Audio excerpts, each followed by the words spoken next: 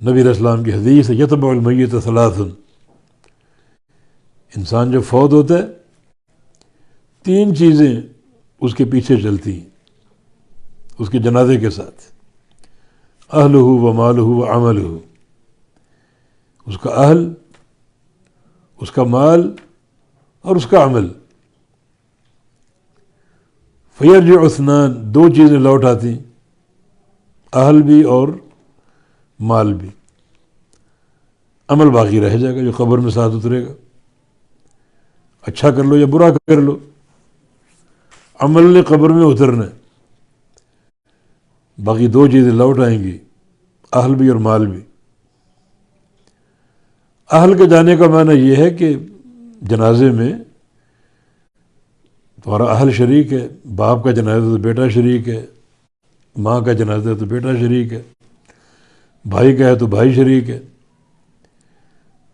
تو اہل اسے دفن کر کے واپس لوٹتے ہیں۔ کبھی کسی نے کہا کہ مجھے اپنے بیٹے کے ساتھ یا باپ کے ساتھ دفن کر دو،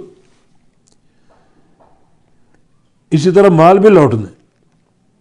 کبھی کسی نے کہا کہ اس نے بڑا کاروبار کیا، بڑا مال کمایا، تو کچھ اس کی قبر میں ڈال دو۔ مال کما تو لیا، کھانے پینے کا موقع نہیں ملا، تو کچھ اس کی قبر میں مال ڈال دو۔ کبھی کسی نے کہا نہیں، مال بھی لوٹ آئے گا، وہ رسا میں تقسیم ہوگا، اور آخری اس مال کا وارث اللہ ہے۔ دنیا فنا ہو جائے گی، تم بھی چھوڑ جاؤ گے دنیا، تمہارے املاک، تمہارا مال اللہ کے لیے میراث اس سارے مال کی۔ تو پھر مال لا محالہ اللہ کی طرف جانا ہے، تو ایسا عمل کرو کہ خود وہ مال اللہ کو دے دو تاکہ اجر و ثواب مل جائے۔ چھوڑ کے جاؤ گے کوئی فائدہ نہیں، تمہارے پاس تو نہ رہا۔ تو یہ نقطہ یہاں سمجھایا جا رہا ہے کہ تم خرچ کیوں نہیں کرتے؟ خرچ کرو،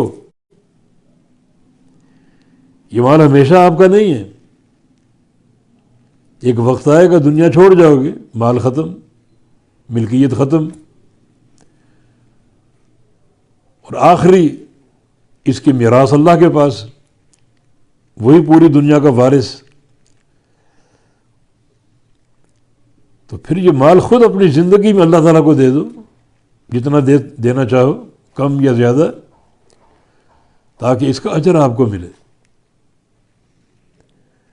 یوں چھوڑ دو گے کوئی ثواب نہیں، اللہ تعالیٰ کو دے دو گے، فقراء کو صدقہ دے کر، غرباء کو صدقہ دے کر، مساجد کی تعمیر میں، مدارس کی تعمیر میں، جہاد فی سبیل اللہ میں، تو اللہ تعالیٰ اس کا بڑھا چڑھا کر اجر دے گا۔